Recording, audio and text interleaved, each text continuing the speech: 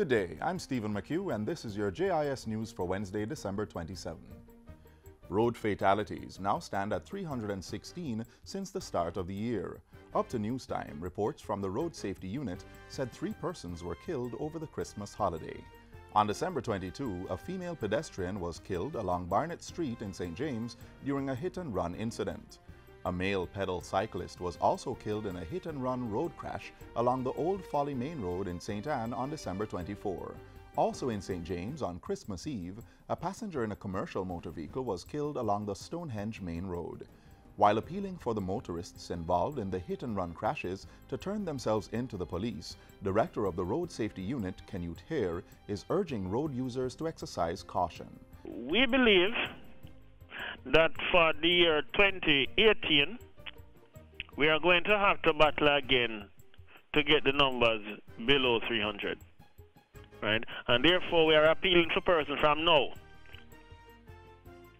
to start thinking about how we can keep ourselves safe on network, keep our family safe, and respect the road code, respect the road laws, and recognize that you don't need to have a police officer over your back for you to do the right thing. This period last year, 375 persons lost their lives on the nation's roads. And Health Minister Dr. Christopher Tufton is joining the call for persons to practice road safety, informing that traffic crashes represent the 11th highest cause of premature deaths on the island. Dr. Tufton is encouraging persons to drive within the speed limits, use seatbelts and other protective gear, and avoid alcohol consumption while driving. The Health Minister says more than 10,000 persons are injured annually in road traffic crashes. He says treatment and rehabilitation for injuries put a strain on the healthcare sector and significantly impacts productivity, primarily among young people. In other news, over $1 billion of infrastructural works is to commence within a few days in the West Kingston constituency. Among the projects, in January, dilapidated houses in Javatown will be renovated. This is to complement the construction of a 28-unit housing development in Denham Town to start in February. Another housing solution is to be developed in Rasta City soon after. Member of Parliament and Local Government Minister Desmond McKenzie says the Jamaica Social Investment Fund, JISF, will continue to collaborate on the upgrading works in the constituency. Under JISF's integrated community program, improvement works in the communities of Hannahtown, Denham Town, and Tivoli will continue over the next 3 years.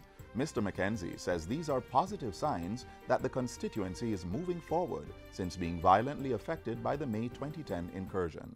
Come January morning, we are going to be making a significant change by putting in proper piping system, proper sanitation system, so that the people of West Kingston will no longer have to encounter with sewage water and you have to get up hours a morning just to get water, to get a shower.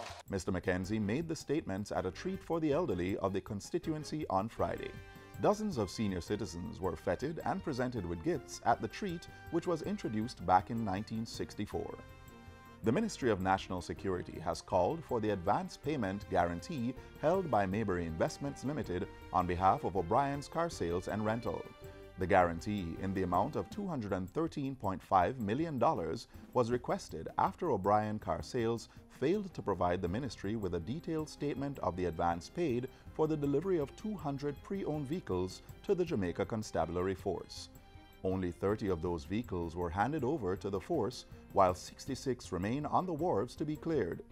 In a statement, the ministry says it expects Maybury Investments to immediately pay over the funds. Earlier this month, the ministry redeemed the performance security bond in the sum of $42.5 million after O'Brien's failed to fulfill the terms of the contract. 104 residents of West Central St. Catherine have been enrolled in a training program for unattached youth. The program is being spearheaded by Health Minister Dr. Christopher Tufton through his organization Future Hope. It offers certification in early childhood education, allied nursing, web page design, and other vocational areas. With certification from the Heart Trust NTA, an additional $1.5 million is being spent to purchase medical equipment for the nursing students. During the program's launch at the Kingston Town Community Center, Minister Tufton said it represented a great start, particularly for young persons seeking skills training. And finally, a condolence book has been opened in the executive lobby at the office of the Prime Minister for the late Deputy CEO of the Jamaica Information Service, Ian Boyne. The condolence book was opened on Friday and signed by Prime Minister Andrew Holness.